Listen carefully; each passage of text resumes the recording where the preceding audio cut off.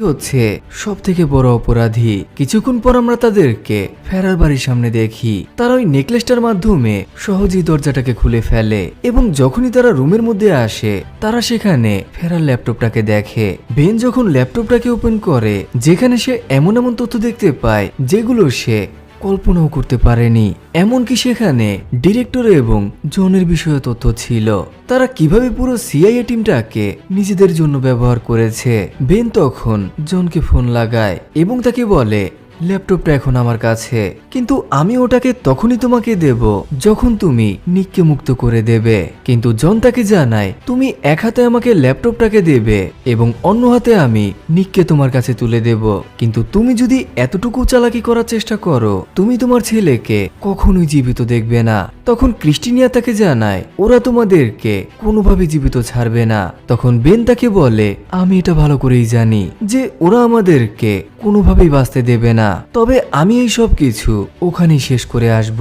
তখন আমরা ক্রিস্টিনাকে দেখি যেও তাকে সাহায্য করতে চায়। পরবর্তীতে আমরা বেনকে বেসপন্ডের সাথে কথা বলতে দেখি, যেখানে বেন তাকে জানায়, আমি ওদেরকে ল্যাপটপটাকে দিতে যাচ্ছি, কিন্তু আমি তোমাকে একটি লিংক পাঠিয়ে রাখলাম। যদি ওরা আমাদেরকে ওখানেই মেরে ফেলে তুমি এগুলোকে সাথে সাথেই পাবলিশ করে দেবে। পরবর্তীতে আমরা বেনকে জনের লোকেশনের মধ্যে দেখি। অন্যদিকে ক্রিস্টিনা তার স্নাইপারটাকে নিয়ে সেখানকার একটি বিল্ডিং এর উপর উঠে যায়। কিছুক্ষণের মধ্যেই জনও সেখানে আসে। বেন তখন জনকে জানায়, ল্যাপটপটা আমার সাথেই, কিন্তু তার আগে তুমি নিককে আমার সামনে আনো।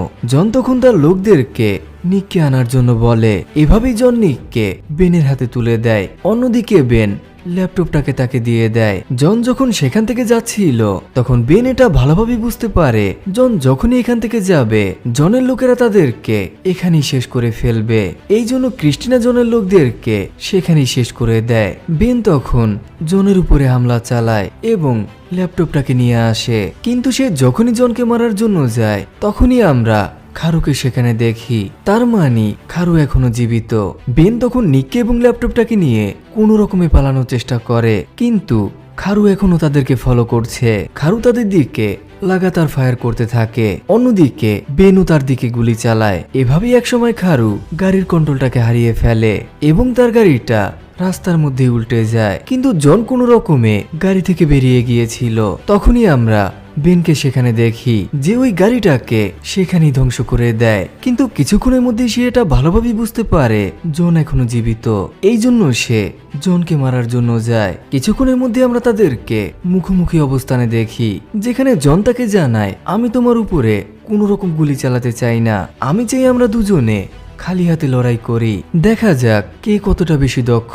বেনও তার কথায় রাজি হয়ে যায়। প্রথম দিকে বেন কিছুটা আহত হয়ে পড়লেও একেবারে শেষের দিকে জন তাকে পুরোপুরি বেহুশ করে ফেলে, কিন্তু বেন তাকে মেরে ফেলে না।